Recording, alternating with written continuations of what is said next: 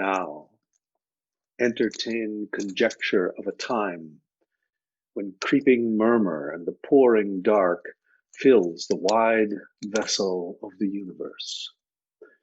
From camp to camp, through the foul womb of night, the hum of either army stilly sounds, that the fixed sentinels almost receive the secret whispers of the other's watch. Fire answers fire, and through their paly flames, each battle sees the other's umbered face. Steed threatens steed in high and boastful neighs, piercing the night's dull ear, and from the tents the armorers accomplishing the nights with busy hammers closing rivets up give dreadful note of preparation. The country cocks do crow, the clocks do toll, and the third hour of drowsy morning named. Proud of their numbers and secure in soul, the confident and overlusty French do the low-rated English play at dice, and chide the cripple tardy-gated knight, who like a foul and ugly witch doth limp so tediously away. The poor condemned English, like sacrifices, by their watchful fires sit patiently and inly ruminate the morning's danger, and their gesture sad, investing lank lean cheeks and war-worn coats, presenteth them unto the gazing moon so many horrid ghosts. Oh, now, who will behold the royal captain of this ruined band, walking from watch to watch, from tent to tent? Let him cry, praise and glory on his head. For forth he goes and visits all his host, bids them good morrow, and with a modest smile, and calls them brothers, friends, and countrymen.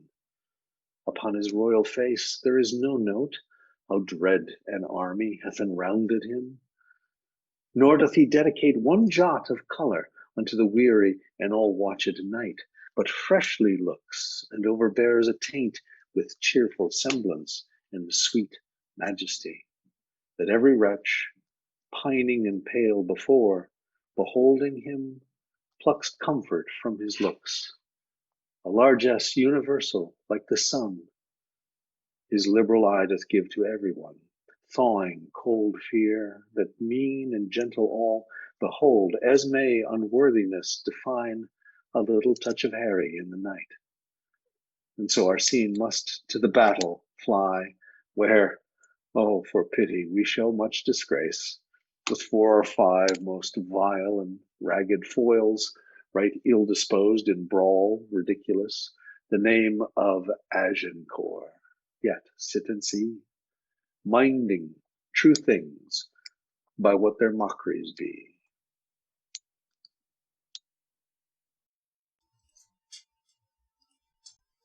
Act 4, Scene 1.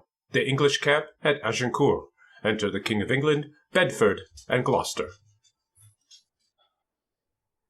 Gloucester, 'tis true that we are in great danger. The greater, therefore, should our courage be. Good morrow, brother Bedford. God Almighty, there is some soul of goodness in things evil, would men observingly distill it out. For our bad neighbors makes us early stirs, which is both healthful and good husbandry. Besides, they are our outward consciences and preachers to us all, admonishing that we should dress us fairly for our end. Thus may we gather honey from the weed and make a moral of the devil himself. Good morrow, old Sir Thomas Erpingham. A good soft pillow for that good white head were better than a churlish turf of France. Not so, my liege. This lodging likes me better, since I may say, now I lie like a king. 'Tis good for men to love their present pains upon example, so the spirit is eased. And when the mind is quickened out of doubt, the organs, though defunct and dead before, break up their drowsy grave and newly move with casted slough and fresh integrity. Lend me that cloak, Sir Thomas. Brothers both can mend me to the princes in our camp. Do my good morrow to them, and anon desire them all to my pavilion.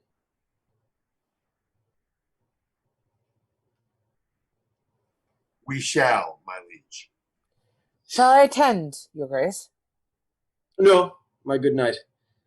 Go with my brothers to the lords of England, and I in my bosom must debate a while, and then I would no other company.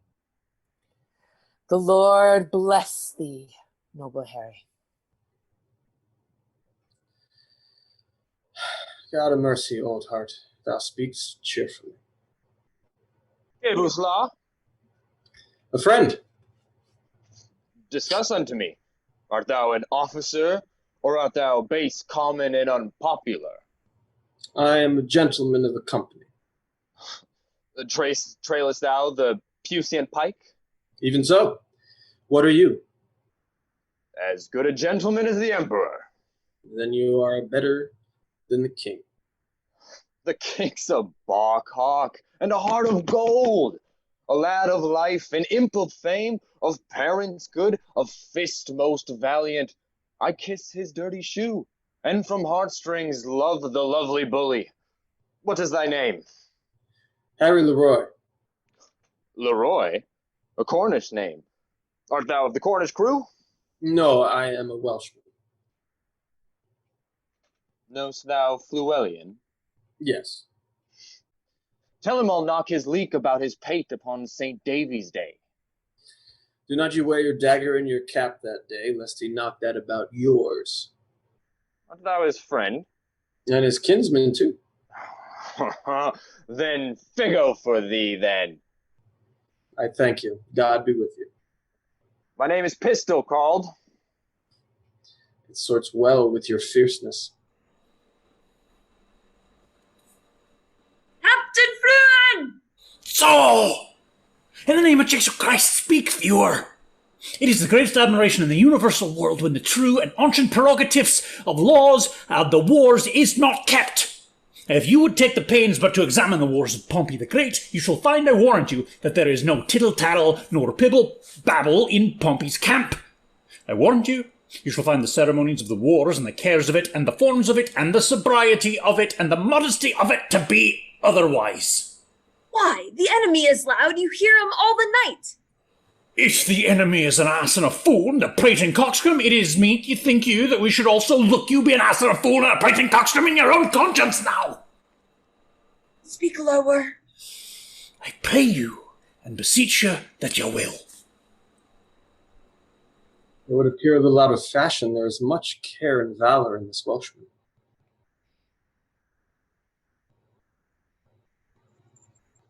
Brother John Bates, is not that the morning which breaks yonder?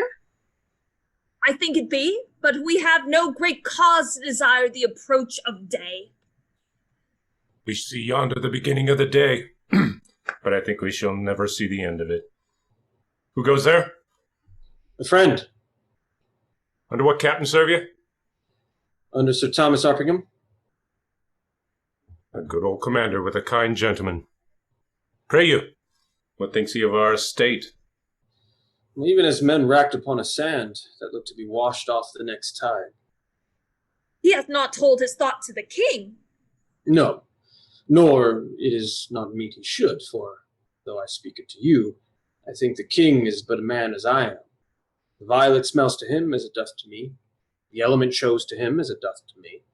All his senses have but human conditions, his ceremonies laid by. In his nakedness he appears but a man.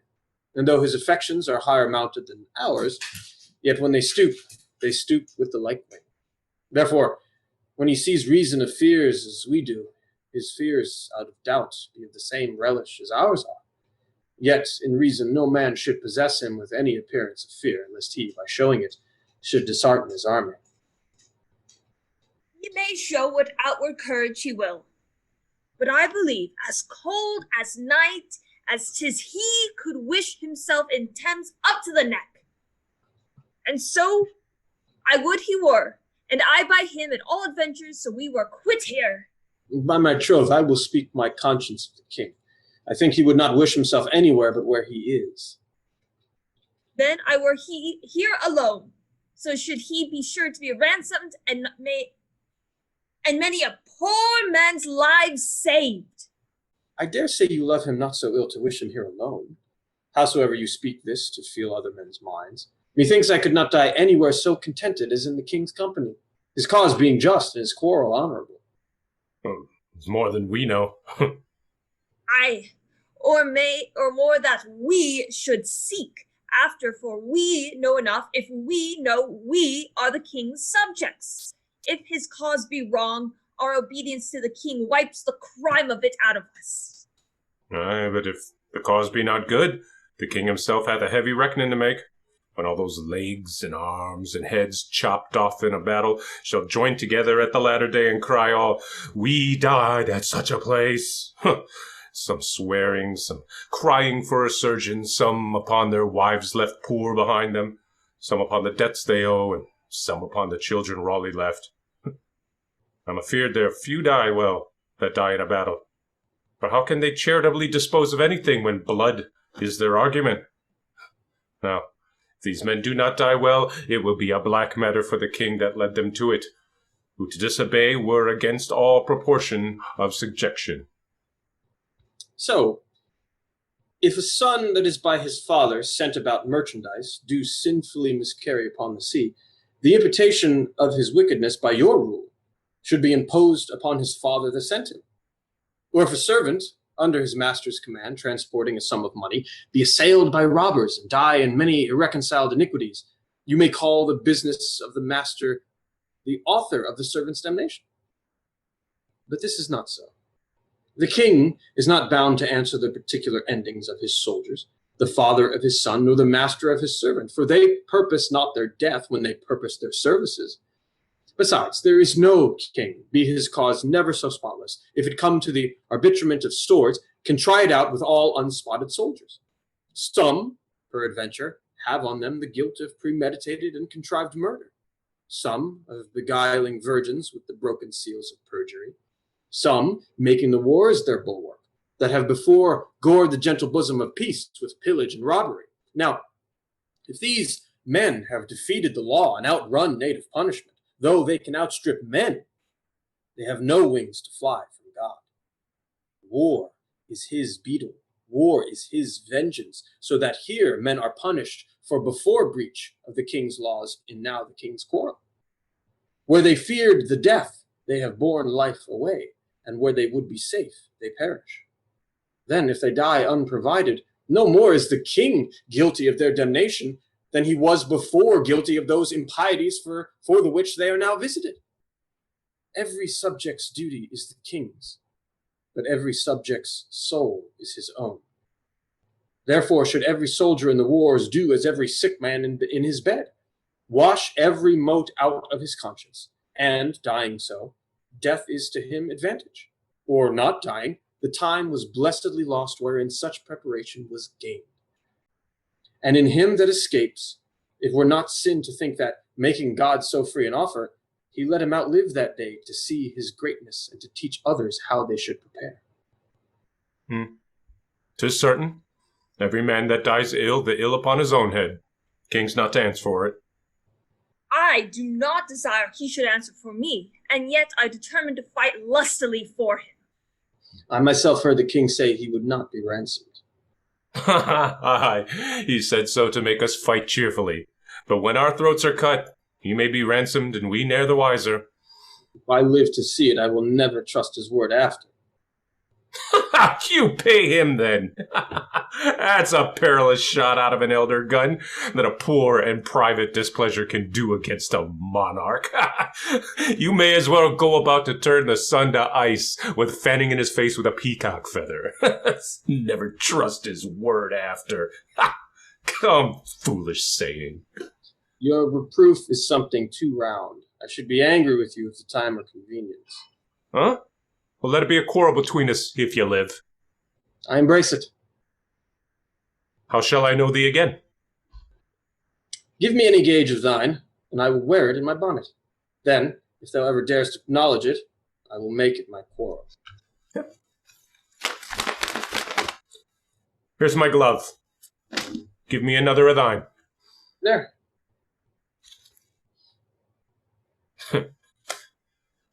This will I also wear in my cap. If ever thou come to me and say after tomorrow, "This is my glove," By this hand, I'll take thee a box of the ear. If I ever live to see it, I will challenge it. Thou darest well be hanged. Well, I will do it, though I take thee in the king's company. Huh? Oh, keep thy word. Fare thee well. Be friends, you English fools, be friends. We have French quarrels enough, if you could tell how to reckon. Indeed, the French may lay 20 French crowns to one, they will beat us, for they bear them on their shoulders. But it is no English treason to cut French crowns, and tomorrow the king himself will be a clipper.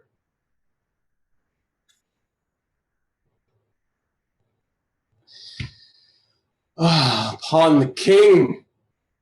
Let us our lives, our souls, our debts, our careful wives, our children, and our sins lay on the king!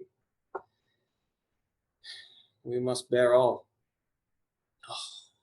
Hard condition, twin born with greatness, subject to the breath of every fool whose sense no more can feel but his own ringing. What infinite's heart's ease must kings neglect that private men enjoy? And what have kings that privates have not too? Save ceremony, save general ceremony. And what art thou, thou idle ceremony? What kind of God art thou that sufferest more of mortal griefs than do thy worshippers? What are thy rents? What are thy comings in? Oh, ceremony, show me but thy worth. What is thy soul of adoration? Art thou aught else but place, degree, and form, creating awe and fear in other men, wherein thou art less happy, being feared, than they in fearing? What drinkst thou oft, instead of homage sweet, but poisoned flattery? Oh, be sick, great greatness, and bid thy ceremony give thee cure. Thinkst thou the fiery fever will go out with titles blown from adulation? Would give place to flexure and low bending? Canst thou, when thou commandst the beggar's knee, command the health of it? No, thou proud dream, that placed so subtly with a king's repose. I am a king that find thee, and I know 'tis not the balm, the scepter and the ball, the sword, the mace, the crown imperial, the intertissued robe of gold and pearl, the farced title running for the king, the throne he sits on, nor the tide of pomp that beats upon the high shore of this world. No, not all these, thrice gorgeous ceremony, not all these, laid in bed majestical, can sleep so soundly as the wretched slave who, with a body filled and vacant mind, gets him to rest, crammed with distressful bread. Never sees horrid night, the child of hell, but like a lackey, from the rise to set, sweats in the eye of Phoebus, and all night sleeps in Elysium. Next day after dawn doth rise and help Hyperion to his horse, and follows so the ever-running year with profitable labor to his grave.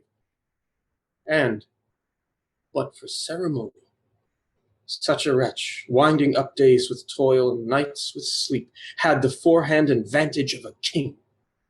The slave, a member of the country's peace, enjoys it, but in gross brain little wots what watch the king keeps to maintain the peace, whose hours the peasant best advantages. My lord, your nobles, jealous of your absence, seek through your camp to find you. Good old knight. Collect them all together at my tent. I'll be before thee. I shall do't, my lord. O God of battles, steel my soldiers' hearts. Possess them not with fear. Take from them now the sense of reckoning or the opposed numbers. Pluck their hearts from them. Not today, O Lord, oh, not today. Think not upon the fault my father made in compassing the crown. I, Richard's body, have interred anew, and on it have bestowed more contrite tears than from it issued forced drops of blood. 500 poor I have in yearly pay, who twice a day their withered hands hold up toward heaven to pardon blood. And I have built 2 chantries where the sad and solemn priests still sing for Richard's soul.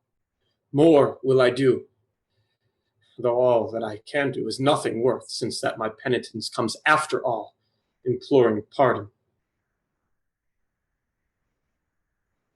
My liege, My brother Gloucester's voice. Aye, I know thy errand. I will go with thee. The day, my friends, and all things stay for me.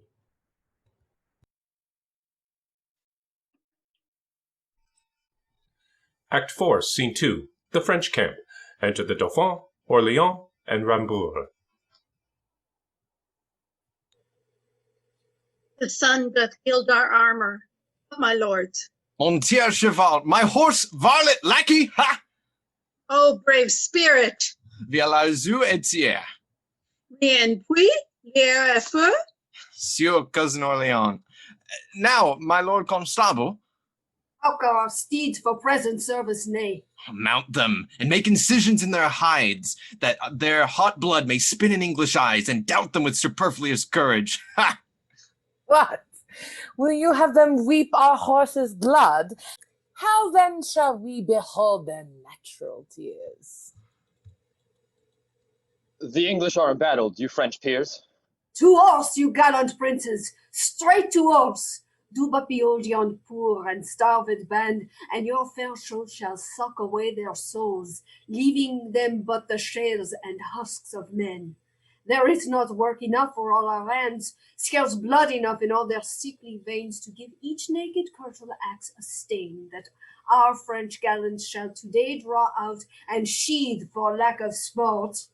Let us but blow on them, the vapor of our valor will o'erturn them. 'Tis positive against all exceptions, lords, that our superfluous lackeys and our peasants, who in unnecessary action swarm about our square of battle, were enough to purge this field of such a hilding foe, though we upon these mountains' bases by took stand for idle speculation, but that our honors must not. What to say? A very little let us do, and all is done. Then let the trumpet sound, the tucket summons, and the note to mount, for our approach shall so much tear the field, that England shall crouch down in fear and yield. Why do you stay so long, my lords of France? Yond island carrions, desperate of their bones, ill-favouredly become the morning field. Their ragged curtains poorly are let loose, and our air shakes them passing scornfully. Big Mars seems bankrupt in their beggared host, and faintly through a rusty beaver peeps. The horsemen sit like affixed candlesticks with torch staves in their hand, and their poor jades lob down their heads, drooping the eyes and hips.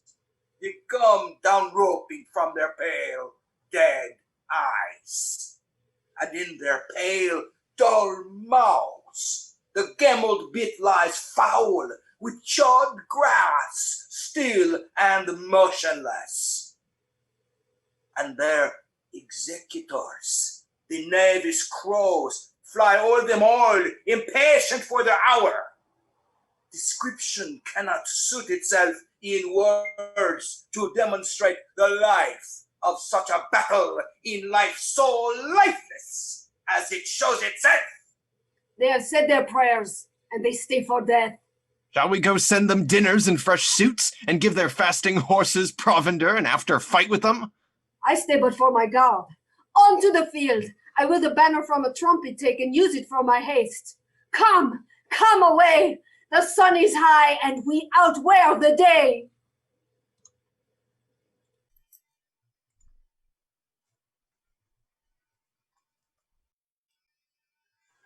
Act 4, Scene 3. The English camp. Enter Gloucester, Bedford, Exeter, Erpingham, Salisbury, and Westmoreland. Where is the king?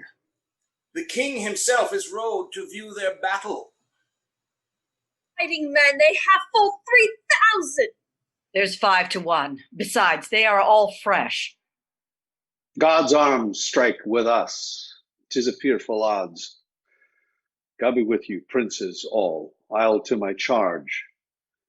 If we no more meet till we meet in heaven, then joyfully, my noble Lord of Bedford, my dear Lord Gloucester, my good Lord Exeter, and my dear, kind kinsmen warriors all.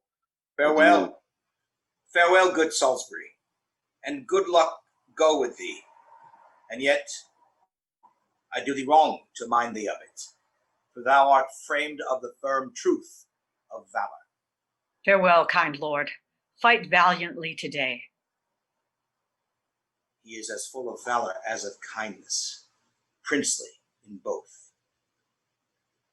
Oh, that we now had here but 10,000 of those men in England that do no work today. Let's see that wishes so. My cousin, Westmoreland? No, my fair cousin. If we are marked to die, we are enough to do our country loss. And if to live, the fewer men, the greater share of honor. God's will, I pray thee wish not one man more. By Jove, I am not covetous for gold, nor care I who doth feed upon my cost. It yearns me not if men my garments wear. Such outward things dwell not in my desires. But if it be a sin to covet honor, I am the most offending soul alive. No, faith, my coz, wish not a man from England. God's peace, I would not lose so great an honor as one man more, methinks, would share from me for the best hope I have. Oh, do not wish one more. Rather proclaim it, Westmoreland, through my host, that he which hath no stomach to this fight, let him depart. His passport shall be made, and crowns for convoy put into his purse. We would not die in that man's company that fears his fellowship to die with us. This day is called the Feast of Crispian. He that outlives this day and comes safe home will stand a tiptoe when this day is named and rouse him at the name of Crispian. He that shall see this day and live old age will yearly on the vigil feast his neighbors and say, tomorrow is St. Crispian. Then will he strip his sleeve and show his scars.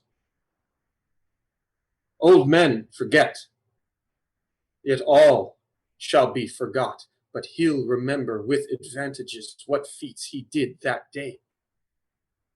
Then shall our names, familiar in his mouth as household words, Harry the King, Bedford and Exeter, Warwick and Talbot, Salisbury and Gloucester, be in their flowing cups freshly remembered.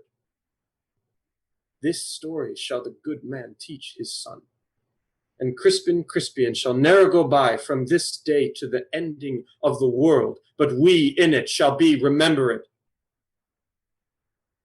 We few, we happy few, we band of brothers.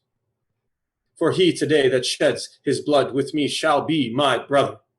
Be he ne'er so vile, this day shall gentle his condition. And gentlemen in England now abed shall think themselves accursed they were not here, and hold their manhoods cheap whiles any speaks that fought with us upon St. Crispin's day. My sovereign lord, bestow yourself with speed. The French are bravely in their battles set, and will with all expedients charge on us. All things are ready if our minds be so. Perish the man whose mind is behind now. Thou dost not wish more help from England now, coz? God's will, my liege, would you and I alone without more help could fight this royal battle. Why now, thou hast unwished 5,000 men, which likes me better than to wish us one. Know your places. God be with you all. Once more I come to know thee, King Harry, if for thy ransom thou wilt now compound before thy most assured overthrow. For certainly thou art so near the gulf thou needs must be inglutted. Besides, in mercy, the constable desires thee thou wilt mind thy followers of repentance, that their souls may make a peaceful and sweet retire from off these fields where, wretches, their poor bodies must lie and fester. Who hath sent thee now? The Constable of France? I pray thee, bear my former answer back. Bid them achieve me, and then sell my bones. Good God, why should they mock poor fellows thus? The man that once did sell the lion's skin while the beast lived was killed while hunting him. Many of our bodies shall no doubt find native graves, upon the which, I trust, shall witness live in brass of this day's work. And those that leave their valiant bones in France, dying like men, though buried in your dunghills, they shall be famed. For there the sun shall greet them, and draw their honors reeking up to heaven, leaving their earthly parts to choke your clime, the smell whereof shall breed a plague in France. Mark then, abounding valor in our English, that being dead, like to the bullets crazing, break out into a second course of mischief, killing in relapse of mortality. Let me speak proudly. Tell the Constable, we are but warriors for the working day. Our gayness and our guilt are all besmirched with rainy marching in the painful field. There's not a piece of feather in our host. Good argument, I hope, we will not fly. And time hath worn us into slovenry. But, by the mass, our hearts are in the trim, and my poor soldiers tell me, yet ere night they'll be in fresher robes, for they will pluck the gay new coats over the French soldiers' heads and turn them out of service. If they do this, as, if God please, they shall, my ransom then will soon be levied. Herald, save thou thy labor. Come thou no more for ransom, gentle herald. They shall have none, I swear, but these my joints, which, if they have, as I will leave them, shall yield them little. Tell the Constable. I shall, King Harry, and so fare thee well. Thou never shalt hear herald any more. I fear thou wilt once more come again for ransom. My lord, most humbly on my knee I beg the leading of the vaward. Take it, brave York. Now, soldiers, march away, and how thou pleasest, God, dispose the day.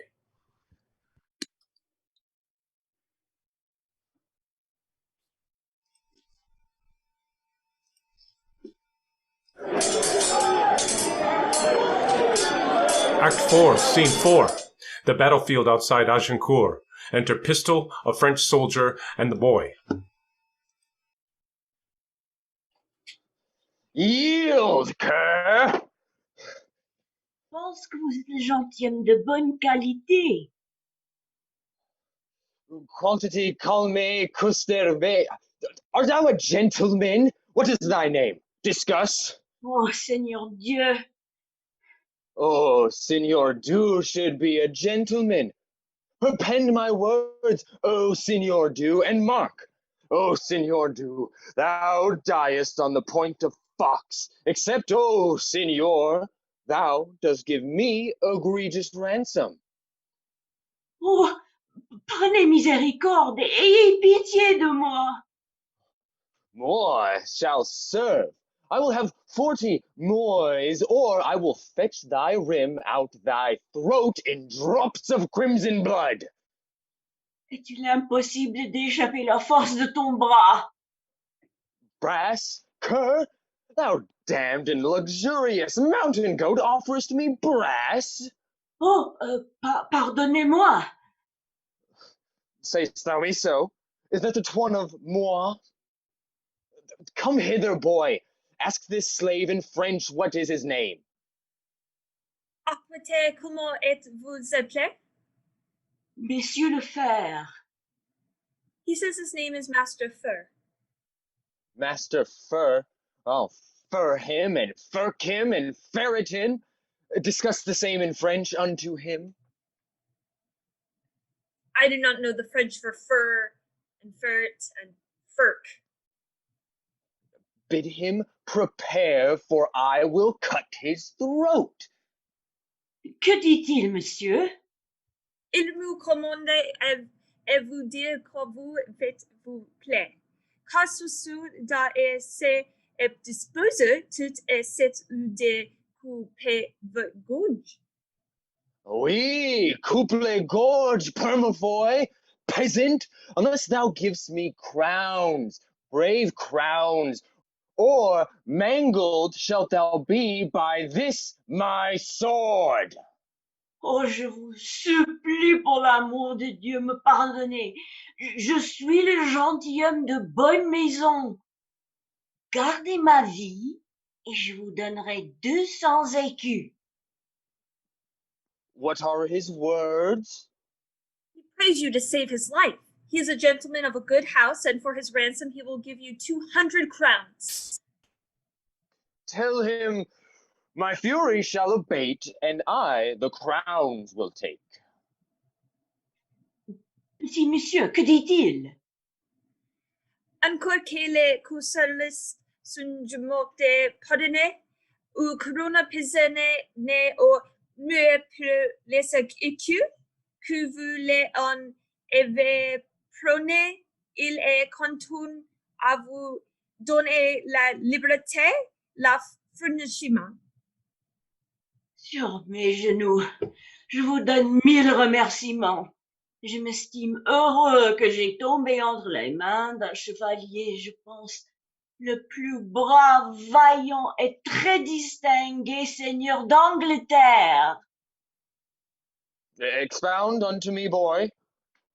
He gives you upon his knees 1,000 thanks, and he esteems himself happy that he hath fallen into the hands of one, as he thinks, the most brave, valorous, and thrice worthy Signor of France.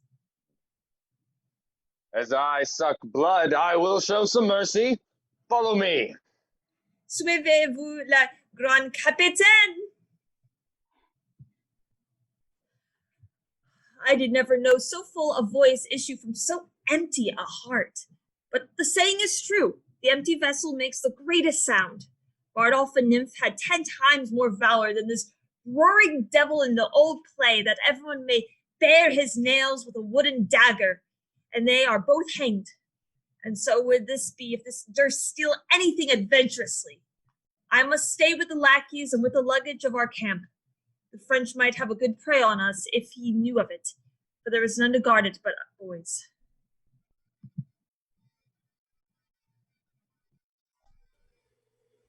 Act 4, Scene 5. Another part of the battlefield. Enter Constable, Orléans, Bourbon, Dauphin, and Rambourg. Oh, diable! Oh, Seigneur, le jeu est perdu. Tout est perdu. Mort de va vie, all is confounded, all reproach and everlasting shame sits mocking in our plumes. Oh, méchant fortune, do not run away. But all our ranks are broke. Oh, perdurable shame! Let's stab ourselves. Be these the wretches that we have played at dice for? Is this the king we sent to for his ransom? Shame! Eternal shame! Nothing but shame! Let us die in once more, back again, and he that will not follow Bourbon now, let him go hence, and with his cap in hand, like a base ponder, hold the chamber door, whilst by a slave no gender than my dog, his fairest daughter, is consummate.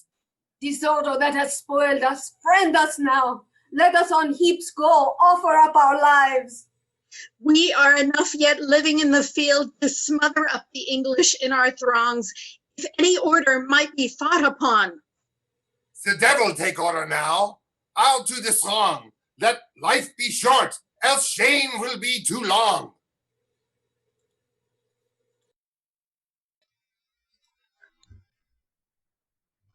Act 4, Scene 6. Another part of the battlefield.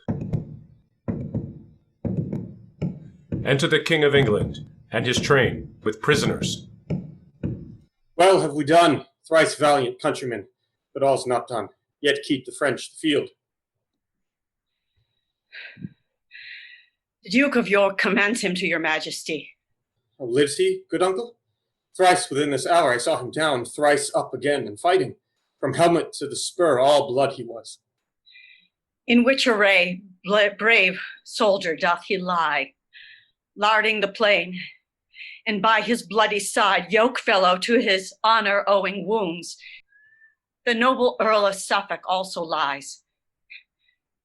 Suffolk first died, and York, all haggled over, comes to him, where in gore he lay and steeped, and takes him by the beard, kisses the gashes that bloodily did yawn upon his face. He cries aloud, "Tarry, my cousin Suffolk, my soul shall thine keep company to heaven. Tarry, sweet soul, for mine, then fly abreast, all in this glorious and well-foughten field. We kept together in our chivalry." Upon these words, I came and cheered him up. He smiled me in the face, wrought me his hand, and with a feeble grip says, "Dear my lord, commend my service to my sovereign." So did he turn, and over Suffolk's neck he threw his wounded arm and kissed his lips, and so, espoused to death, and with blood, he sealed a testament of noble ending love. The pretty and sweet manner of it forced those waters from me which I would have stopped. But I had not so much of man in me, and all my mother came into my eyes. It gave me up to tears. I blame you not. For hearing this, I must perforce compound with my full eyes, or they will issue too. Hark. But hark! What new alarm is this same? The French have reinforced their scattered men. Then every soldier kill his prisoners. Give the word through.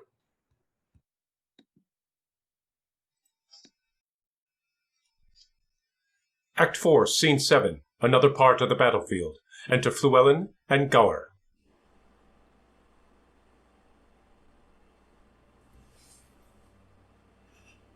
Kill the boys and the luggage. 'Tis expressly against the law of arms. 'Tis as errant a piece of knavery, mark it now, as can be offered in your conscience now, is it not? Certain there's not a boy left alive, and the cowardly rascals that ran from the battle had done this slaughter. Besides, they have burned and carried away all that was in the king's tent. Wherefore the king, most worthily, hath caused every soldier to cut his prisoner's throat. Oh, 'tis a gallant king. Aye. He was born at Monmouth, Captain Gower. What call you the town's name where Alexander the Pig was born? Alexander the Great. Why, I pray you, is not Pig great? The Pig, or the Great, or the Mighty, or the Huge, or the Magnanimous, all are one reckonings. Now, save the phrase is a little variations. I think Alexander the Great was born in Macedon. His father was called Philip of Macedon, as I take it. I think it is in Macedon that Alexander is born. I tell you, Captain, if you look in the maps of the world, I warrant you shall find, in the comparisons between Macedon and Monmouth, that the situations, look you, is both alike. There is a river in Macedon, and there is also, moreover, a river at Monmouth. It is called Wye at Monmouth, but it is out of my brains what is the name of the other river. But 'tis all one, 'tis alike as my fingers is to my fingers, as there is salmons in both. Now, if you mark Alexander's life well, Harry of Monmouth's life is come after it indifferent well, for there is figures in all things. Alexander, God knows and you know, in his rages and his furies and his wraths and his colours and his moods and his displeasures and his indignations, and also being a little intoxicates in his prains, did in his ales and his angers, look you, kill his best friend Clytus. Our friend is not like him in that he never killed any of his friends. It is not well done, mark you now, to take the tales out of my mouth ere it is made and finished. I speak but in figures and comparisons of it. As Alexander killed his friend Clytus, being in his ales and his cups, so also Harry Monmouth, being in his right wits and his good judgments, turned away the fat knight with the great belly doublet. He was full of jest and jipes and knaveries and mocks. I forgot his name. Sir John Falstaff. That is he. I'll tell you, there's good men born at Monmouth. Here comes his majesty.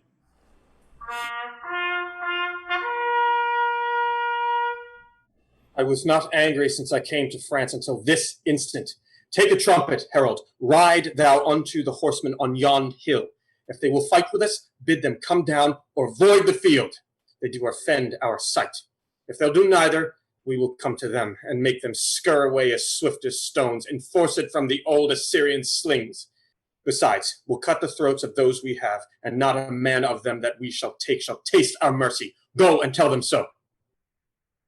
Here comes the herald of the French, my liege. His eyes are humbler than they used to be. How now? What means this, herald? Knowst thou not that I have fined these bones of mine for ransom? Comest thou again for ransom? No, great king, I come to thee for charitable license, that we may wander o'er this bloody field, to book our dead, and then to bury them, to sort our nobles from our common men, for many of our princes, woe the while, lie drowned and soaked in mercenary blood. So do our vulgar drench their peasant limbs in blood of princes, and the wounded steeds fret fetlock deep in gore, and with wide range yerk out their armed heels at their dead masters, killing them twice. Oh, give us leave, great king, to view the field in safety and dispose of their dead bodies. I tell thee truly, herald, I know not if the day be ours or no, for yet a many of your horsemen peer and gallop o'er the field. The day is yours. Praise be God, and not our strength for it. What is this castle called that stands hard by? They call it Agnicourt. Then call we this the field of Agincourt, fought on the day of Crispin Crispianus. Your grandfather of famous memory, and please your majesty, and your great-uncle Edward the Black Prince of Wales, as I have read in the chronicles, fought a most brave battle here in France. They did, Florent. Your majesty says very true. If your majesties is remembered of it, the Welshmen did good service in a garden where leeks did grow, wearing leeks in their Monmouth caps, which your majesty knows, to this hour is an honourable badge of the service. And I do believe your majesty takes no scorn to wear the leek upon St. Tavy's Day. I wear it for a memorable honour, for I am Welsh, you know, good countryman. All the water and wine cannot wash your majesty's Welsh blood out of your body. I can tell you that. God bless it and preserve it as long as it pleases his grace and his majesty too. Thanks, good my countryman. By Jeshu, I am your majesty's countryman. I care not who know it. I will confess it to all the world. And ye not be ashamed of your majesty, praised be God, so long as your majesty is an honest man. God keep me so. Our heralds, go with him. Bring me just notice of the numbers dead on both our parts. Call yonder fellow hither. Soldier, you must come to the king. Soldier, why wearest thou that glove and that cap? Please your majesty, 'tis the gage of one I should fight withal, if he be alive. An Englishman? And please your majesty, a rascal swaggered with me last night, who if alive and ever dare to challenge this glove, I have sworn to take him a box of the ear. Or if I can see my glove in his cap, which he swore as he was a soldier he would wear if alive, I will strike it out soundly. What think you, Captain Florin? Is it fit this soldier keep his oath? Well, he's a craven and a villain else, and please your majesty, in my conscience. It may be his enemy is a gentleman of great sort, quite from the answer of his degree. Although he be as good a gentleman as the devil is, as Lucifer and Beelzebub himself, it is necessary, look your grace, that he keep his vow and his oath. If he be perjured, see you now, his reputation is as errant a villain and a jack-sauce as ever his black shoe trod upon God's ground and his earth, in my conscience, la! Then keep thy vow, sirrah, when thou meets the fellow. So I will, my liege, as I live. Who servest thou under? Under Captain Gore, my liege. God is a good captain, and has good knowledge and literature in the wars. Call him hither to me, soldier. I will, my liege. Here, Llewellyn, wear thou this favour for me, and stick it in thy cap. When Alençon and myself were down together, I plucked this glove from his helm. If any man challenge this, he is a friend to Alençon, and an enemy to our person. If thou encounter any such, apprehend him, and thou dost me love. Your grace does me as great honours as can be desired in the hearts of his subjects. I would fain see the man that has but 2 legs that shall find himself aggrieved at this glove, that is all. But I would fain see at once, and please God of his grace that I might see. Knowest thou Gower? He is my dear friend, and please you. Pray thee, go seek him, and bring him to my tent. I will fetch him. My lord of Warwick and my brother Gloucester, follow Llewellyn closely at the heels. The glove which I have given him for a favour may haply purchase him a box of the ear. It is the soldier's. I by bargain should wear it myself. Follow, good cousin Warwick. If that the soldier strike him, as I judge by his blunt bearing, he will keep his word. Some sudden mischief may arise of it. For I do know Llewellyn valiant, and touched with choler, hot as gunpowder, and quickly will return an injury. Follow and see there be no harm between them. Go you with me, uncle of Exeter.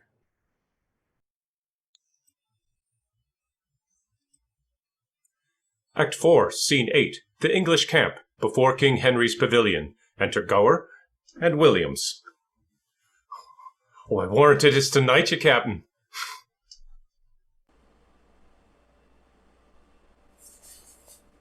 God's will and his pleasure. Captain, I beseech you now, come apace to the king. There is more good toward you peradventure than is in your knowledge to dream of. Sir, know you this glove? You know this glove? I know the glove is a glove.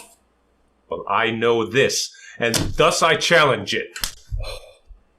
Splot an errant traitor as any in the universal world, or in France, or in England. How now, sir, you villain! Do you think I'll be forsworn? Stand away, Captain Gower. I'll give treason his payment in blows, I warrant you. I am no traitor. Oh, that's a lie in thy throat. I charge you in his majesty's name. Apprehend him. He's a friend of the Duke Alanson's. How now? What's the matter? My lord of Warwick, here he is, praised be God for it. The most contagious treason come to light. Look you as you shall desire in a summer's day. Here is his majesty. How now? What's the matter? My liege, here's a virulent traitor that, look your grace, has struck the glove which your majesty is take out of the helmet of Alanson. My liege, this was my glove. Here's the fellow of it. And he that I gave it to in charge promised to wear it in his cap. I promised to strike him if he did. I met this man with my glove in his cap, and I have been as good as my word. Your majesty, here now, saving your majesty's manhood, were an errant, rascally, beggarly, lousy knave. I hope your majesty is spare me testimony and witness and will avouchment that this is the glove of Alanson that your majesty has give me in your conscience now. Give me thy glove, soldier. Look, here is the fellow of it. 'Twas I indeed thou promised to strike, and thou hast given me most bitter terms. And please your majesty, let his neck answer for it if there is any martial law in the world. How canst thou make me satisfaction? All offences, my lord, come from the heart. Never came any from mine that might offend your majesty. It was ourself thou didst abuse. Your majesty came not like yourself. You appeared to me but as a common man. Witness the night. Your garments, your lowliness, and what your highness suffered under that shape. I beseech you take it for your own fault and not mine, for had you been as I took you for, I made no offense. Therefore I beseech your highness, pardon me. Here, Uncle Exeter, fill this glove with crowns and give it to this fellow. Keep it, fellow, and wear it for an honor in thy cap till I do challenge it. Give him the crowns. And captain, you must needs be friends with him. By this day and this light, the fellow has metal enough in his belly. Hold, it is 12 pence for you, and I pray you to serve God and keep you out of brawls and pravels and quarrels and dissensions, and I warrant you it is the better for you. None of your money. It is with a good will. I can tell you it will serve you to mend your shoes. Come, wherefore should you be so bashful? Your shoes is not so good. 'Tis a good silling, I warrant you, or I will change it. Now, Harold, are the dead numbered? Here is the number of the slaughtered French. What prisoners of good sort are taken, uncle? Charles, Duke of Orleans, nephew to the king. John, Duke of Bourbon, and Lord Beausejour, of all other lords and barons, knights and squires, full 1,500, besides common men.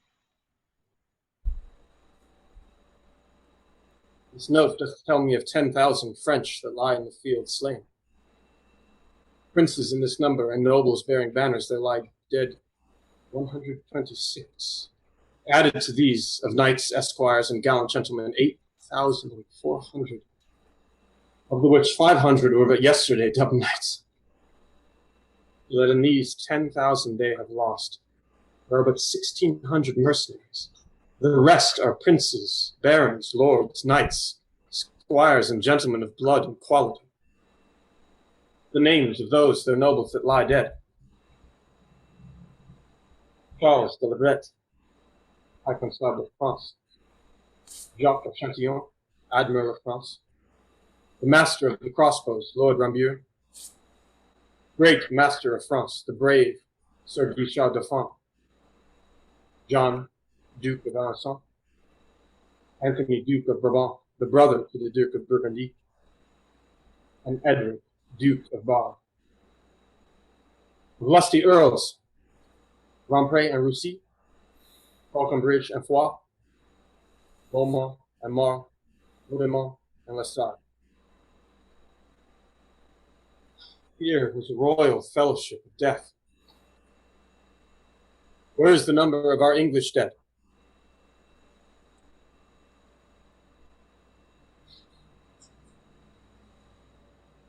Edward, Duke of York, Earl of Suffolk, Richard Ketley, Davy Gam, Esquire. None else of name, and of all other men but 25. Oh, God! Thy arm was here, and not to us, but to thy arm alone ascribe we all. When, without stratagem, but in plain shock and even play of battle, was ever known so great and little loss on one part and on the other.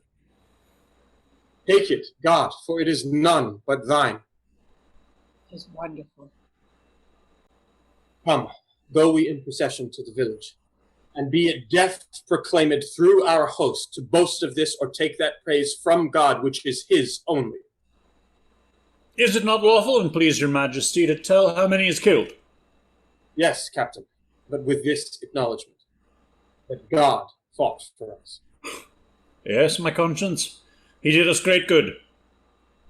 Do we all holy rites, that there be sung non nobis and Te Deum, the dead with charity enclosed in clay, and then to Calais, and to England men, where ne'er from France arrived more happy men.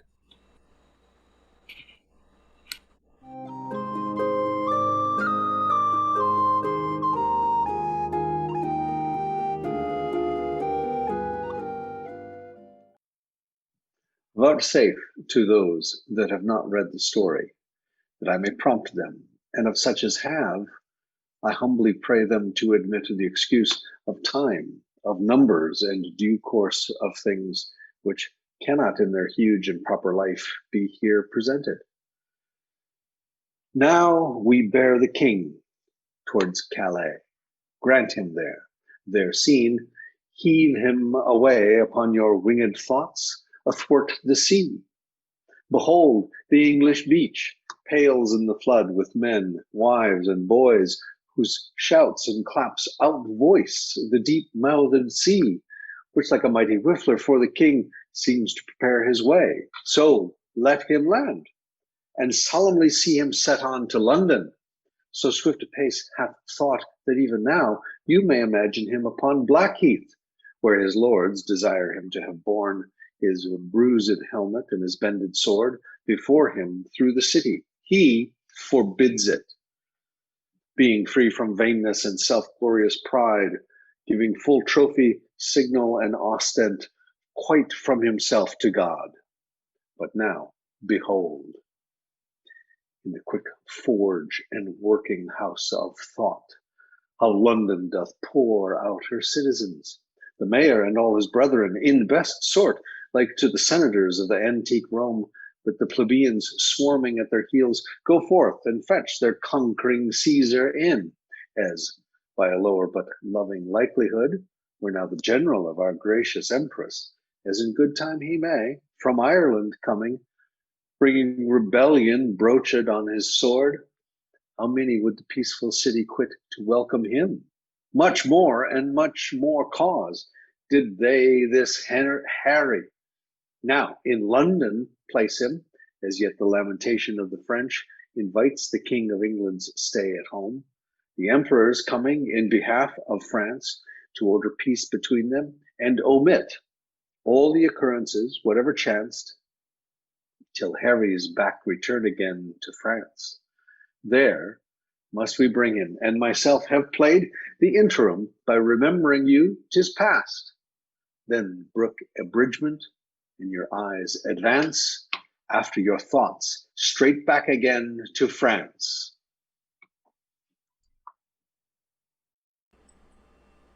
Act 5, Scene 1. France, the English camp. Enter Llewellyn and Gower.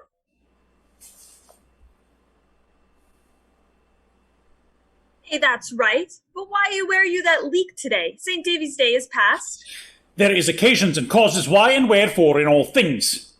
I will tell you as my friend Captain Gower, the rascally, scold, beggarly, lousy, bragging knave pistol, which you and yourself and all the world know to be no better than a fellow, look you now, of no merits, he is come to me and brings me bread and salt yesterday, look you, and bid me eat my leek. It was in a place where I could not breed no contention with him. But I will be so bold as to wear it in my cap till I see him once again, and then I will tell him a little piece of my desires. Why, here he comes, swelling like a turkey cock. Oh, 'tis no matter for his swellings nor his turkey cocks.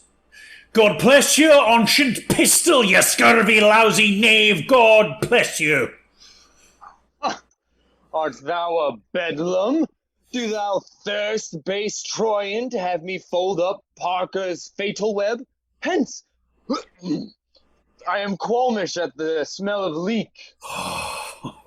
I beseech you heartily, scurvy, lousy knave, at my desires and my requests and my petitions to eat, look you this leek, because, look you do not love it, nor your affections and your appetites and your digestions does not agree with it, I would desire you to eat it.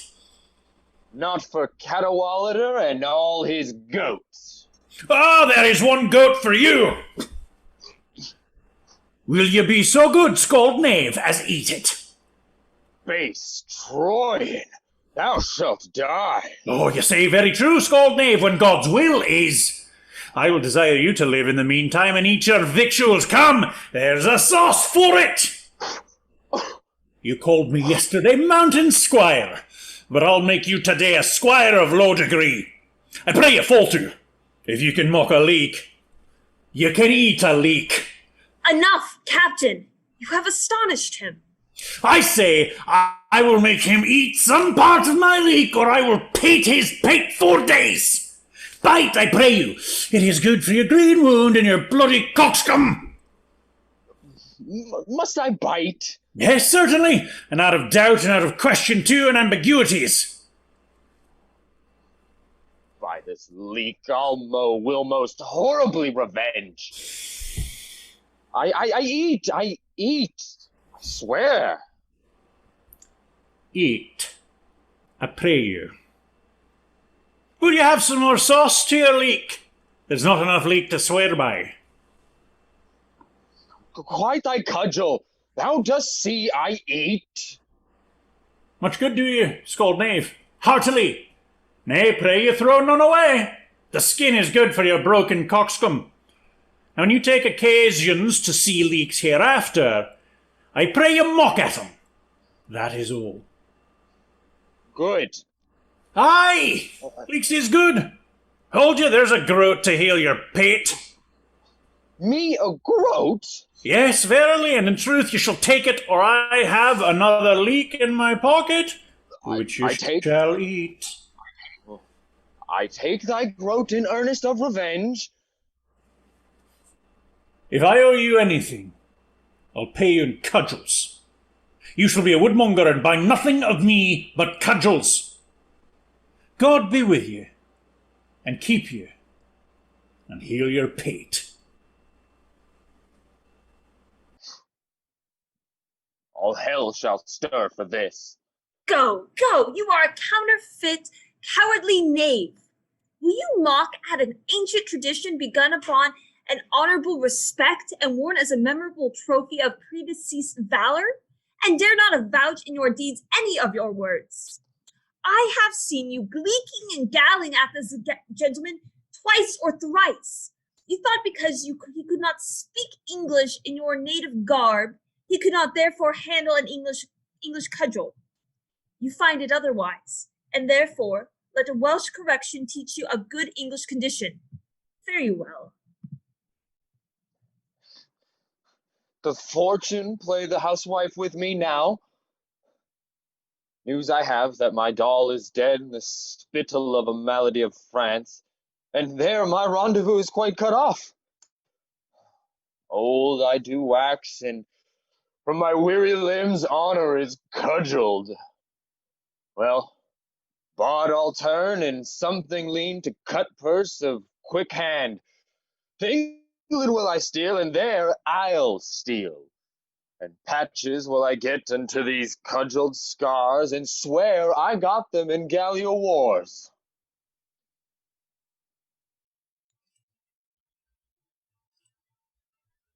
Act 5, Scene 2. France, the Royal Palace. Enter King Henry, Exeter, Bedford, Warwick, and Westmoreland, followed by Queen Isabel of France, the King of France, the Duke of Burgundy, Princess Catherine Hunalice.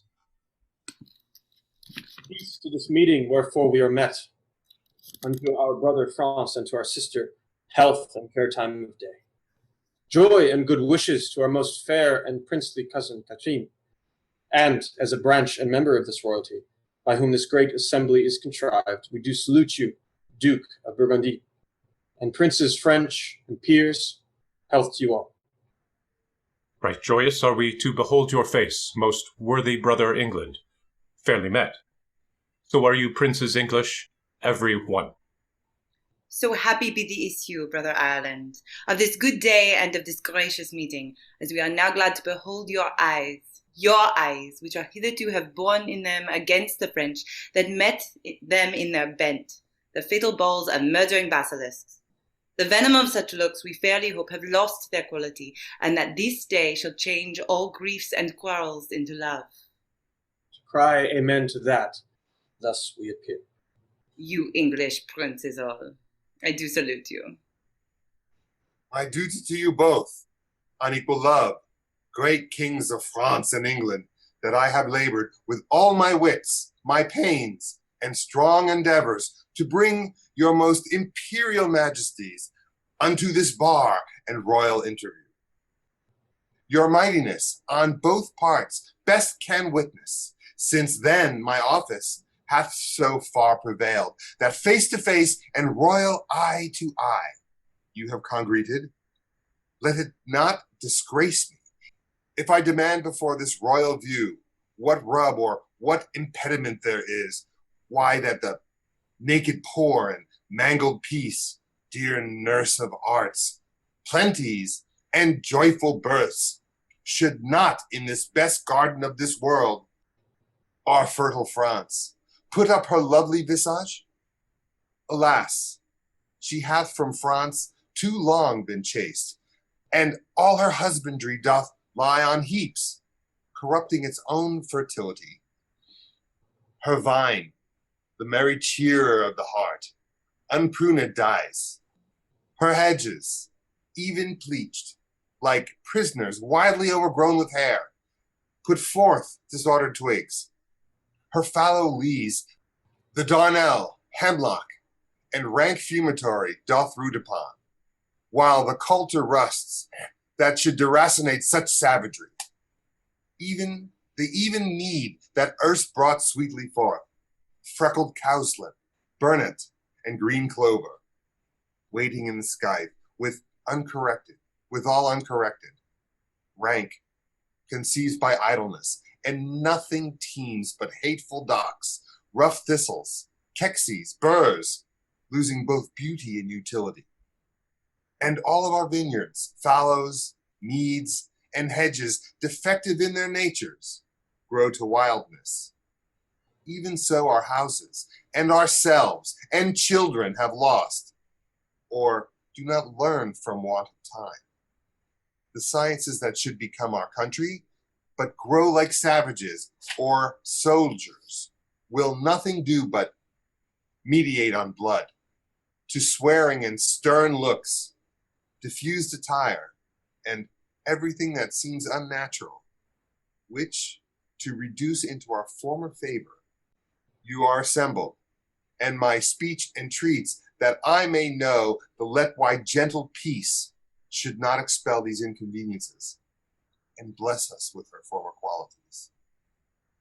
If, Duke of Burgundy, you would the peace, whose want gives growth to the imperfections which you have cited, you must buy that peace with full accord to all our just demands, whose tenors and particular effects you have, and scheduled briefly, in your hands. The king hath heard them, to the which as yet there is no answer made. Well then, the peace which you before so urged lies in his answer. I have but with a cursatory eye o'erglanced the articles. Pleaseth your grace to appoint some of your council presently to sit with us once more, with better heed to resurvey them. We will suddenly pass our accept and peremptory answer. Brother, we shall. Go, Uncle Exeter, and Brother Clarence, and you, Brother Gloucester, Warwick, and Huntingdon. Go with the king, and take with you free power to ratify, augment, or alter, as your wisdoms best shall see advantageable for our dignity, anything in or out of our demands, and will consign thereto. Will you, fair sister, go with the princes, or stay here with us? Our gracious brother, I will go with them. Haply a woman's voice may do some good when articles too nicely urge to be stood on. Yet leave our cousin Catherine here with us. She is our capital demand, comprised within the forerank of our articles. She hath good leave.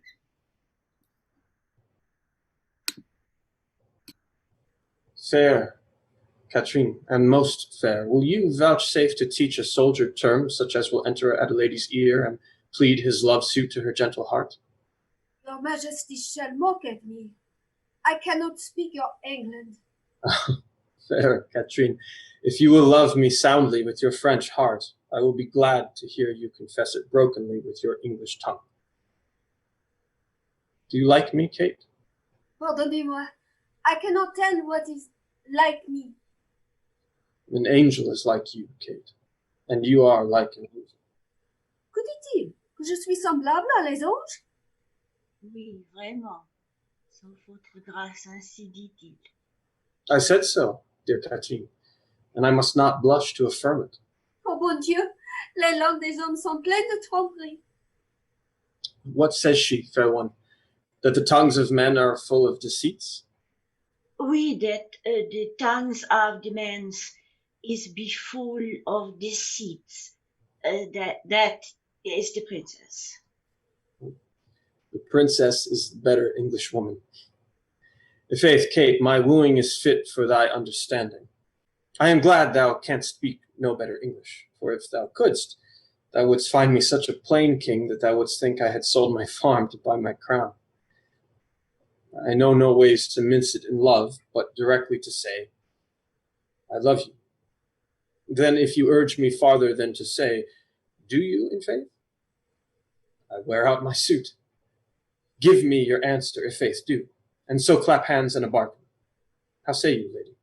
So votre honneur, me understand well. Mary, if you would put me to verses or to dance for your sake, Kate, why you undid me. For the one, I have neither words nor measure, and for the other, I have no strength in measure, yet a reasonable measure in strength. If I could win a lady at leapfrog, or by vaulting into my saddle with my armor on my back, under the correction of bragging, be it spoken, I should quickly leap into a wife.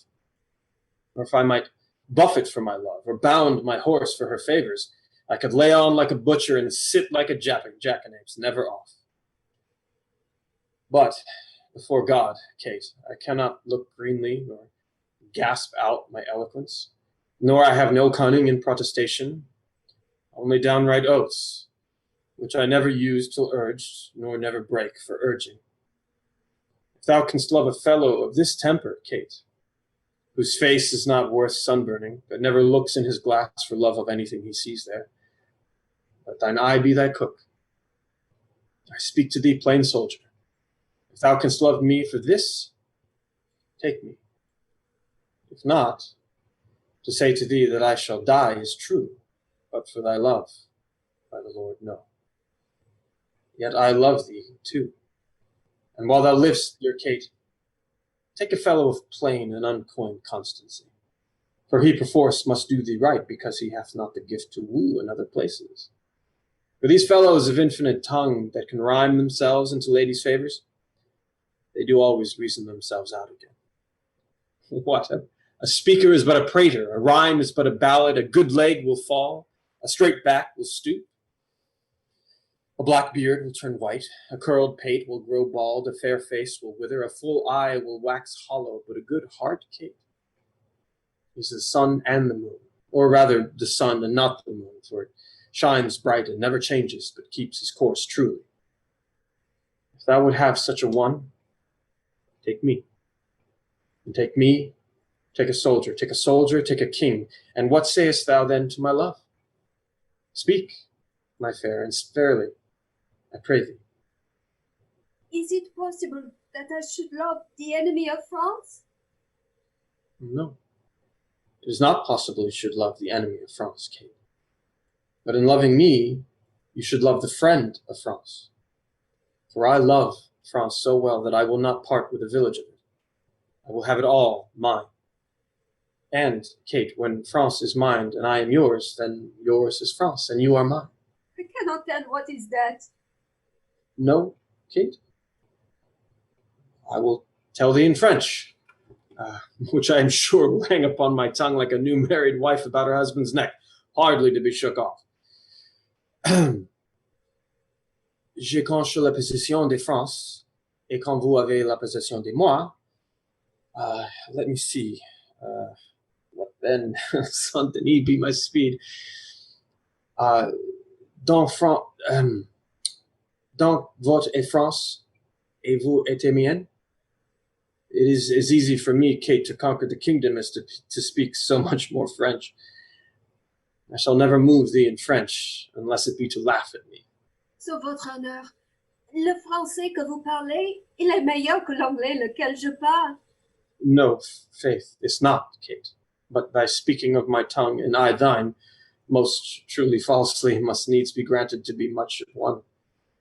But, Kate, dost thou understand thus much English? Canst thou love me? I cannot tell. And any of your neighbors tell, Kate? I'll ask them. Come, I know thou lovest me. And at night, when you come into your closet, you'll question this gentlewoman about me. And I know, Kate, you will, to her, despise those parts in me that you love with your heart. What, good Kate, mock me mercifully, the rather, gentle princess, because I love thee cruelly.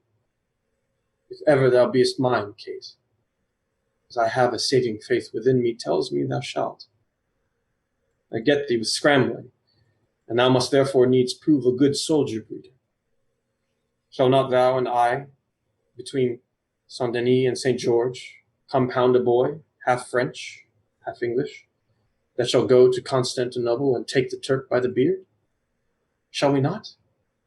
What sayest thou, my fair flower de luce? I do not know that.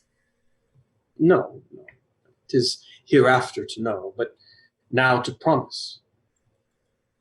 Do but now promise, Kate, you will endeavor for your French part of such a boy, and for my English moiety, take the word of a king and a bachelor. How answer you? La plus belle Catherine de Montechère et Thévindes? Your Majesty has both French enough to deceive the most sage demoiselle that is in France. Fie upon my false French. By mine honor, in true English, I love thee, Kate. By which honor I dare not swear thou lovest me, yet my blood begins to flatter me that thou dost, notwithstanding the poor and untempering effect of my visage. Now beshrew my father's ambition. He was thinking of civil wars when he got me. Therefore was I created with a stubborn outside, with an aspect of iron. When I come to woo ladies, I fright them. But in faith, Kate, the elder I wax, the better I shall appear. My comfort is that old age, that ill layer up of beauty, can do no more spoil upon my face. Thou hast me, if thou hast me at the worst, and thou shalt wear me, if thou wear me, better and better. And therefore tell me, most fair Catherine, will you have me? Put off your maiden blushes, avouch the thoughts of your heart with the looks of an empress. Take me by the hand and say, Harry of England, I am thine. Which word thou shalt no sooner bless mine ear withal, but I will tell thee aloud, England is thine, Ireland is thine, France is thine, and Henry Plantagenet is thine, who, though I speak it before his face, if he be not fellow with the best king, thou shalt find the best king of good fellows. Come, your answer in broken music, for thy voice is music, and thy English broken. Therefore, Queen of all, Catherine, break thy mind to me in broken English. Wilt thou have me? It is as it shall please the roi mon père. Nay, it will please him well, Kate. It shall please him, Kate. Then it shall also content me. On that, I kiss your hand, and I call you my queen. Laissez, monseigneur, laissez, laissez. Ma foi, je veux point que vous abaissez votre grandeur en baisant la main du notre Seigneur. Indigne serviteur, excusez-moi, je vous supplie, mon très puissant Seigneur. Then I will kiss your lips, Kate. Les dames et les demoiselles, pour être apaisées devant leur nom, ce n'est pas le coutume de France. Madame, my interpreter, what says she? That it is not the fashion for the ladies of France. I cannot tell what is baiser in English. To kiss. Your Majesté entendre battre comme moi. It is not a fashion for the maids in France to kiss before they are married, what she said? Oui, vraiment. Oh, Kate. Nice customs curtsy to great kings. Dear Kate, you and I cannot be confined within the weak list of a country's fashion. We are the makers of manners, Kate, and the liberty that follows our places stops the mouth of all fine laws, as I will do yours for upholding the nice fashion of your country and denying you a kiss. Therefore, patiently and unyielding. You have witchcraft in your lips, Kate. There is more eloquence in a sugar touch of them than in the tongues of the French council, and they should sooner persuade Harry of England than a general petition of monarchs. Here comes your father. God save your majesty, my royal cousin. Teach you our princess English? I would have her learn, my fair cousin, how perfectly I love her, and that is good English. Is she not apt? Our tongue is rough, coz, and my condition is not smooth, so that, having neither the voice nor the heart of flattery about me, I cannot so conjure up the spirit of love in her that he will appear in his true likeness. Pardon the frankness of my mirth, if I answer you for that. If you would conjure in her, you must make a circle. If conjure up love in her in true likeness, he must appear naked and blind. Can you blame her then, being a maid yet rosed over with virgin crimson of modesty? If she deny the appearance of a naked blind boy in her naked seeing self, if it were, my lord, a hard condition for a maid to consign to. Yet they do wink and yield, as love is blind and enforces. They are then excused, my lord, when they see not what they do. Then, good my lord, teach your cousin to consent winking. I will wink on her to consent, my lord, if you will teach her to know my meaning, for maid well summered and warm, are kept like flies at Bartholomew tide. Blind though they have their eyes, and then they will endure handling, which before would not abide looking in. Now, this moral ties me over to time in a hot summer, and so I shall catch the fly, your cousin, in the latter end, and she must be blind too. As love is, my lord, before it loves. It is so. And you may, some of you, thank love for my blindness, who cannot see many a fair French city for one fair French maid that stands in my way. Yes, my lord, you see them prospectively, the cities turned into a maid, for they are all girdled with maiden walls that war hath never entered. Shall Kate be my wife? So please you. I am content. So the maiden cities you talk of may wait on her. So the maid that stood in the way for my wish shall show me the way to my will. We have consented to all terms of reason. Is it so, my lords of England? King hath granted every article, his daughter first, and in sequel all, according to their firm proposed natures. Only he have not yet subscribed this. Where your majesty demands the King of France, having any occasion to write for matter of grant, shall name your highness in this form and with this addition in French. Notre très cher fils Henri Rode d'Angleterre, d'Héritier de France. And thus, in Latin, Prae clarissimus filius noster Henricus Rex Angliae et Horiae Franciae. Nor this I have not, brother, so denied, but your request shall let me make pass.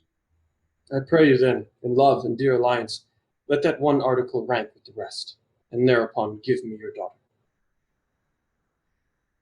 Take care, fair son, and from her blood raise up issue to me, that the contending kingdoms of France and England, whose very shores look pale with envy of each other's happiness, may cease their hatred, and this dear conjunction plant neighborhood and Christian-like accord in their sweet bosoms, that never war advance his bleeding sword twixt England and fair France.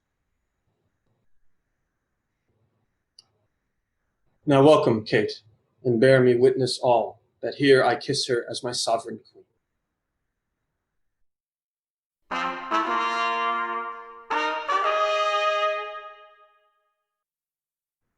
God, the best maker of all marriages, combine your hearts in one, your realms in one. As man and wife being two are one in love, so be there twixt your kingdoms such a spousal that may never ill office or fell jealousy, which troubles off the bed of blessed marriage, thrust in between the faction of these kingdoms, to make divorce of their incorporate league, that English may as French Englishmen, receive each other. God speak this. Amen. Amen. Prepare we for our marriage, on which day my lord of Burgundy will take your oath, and all the peers, for surety of our leagues. Then shall I swear to Kate, and you to me, and may our oaths well kept and prosperous be.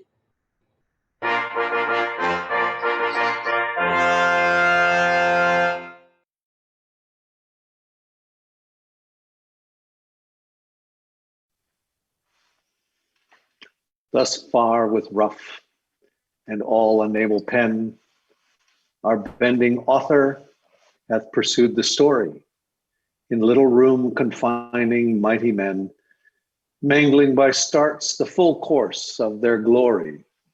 Small time, but in that small most greatly lived, this star of England. Fortune made his sword, by which the world's best garden he achieved, and of it left his son, imperial lord, Henry VI, in infant bands, crowned king of France and England, did this king succeed, whose state so many had the managing, that they lost France and made his England bleed, which oft our stage hath shown, and for their sake, in your fair minds let this acceptance take.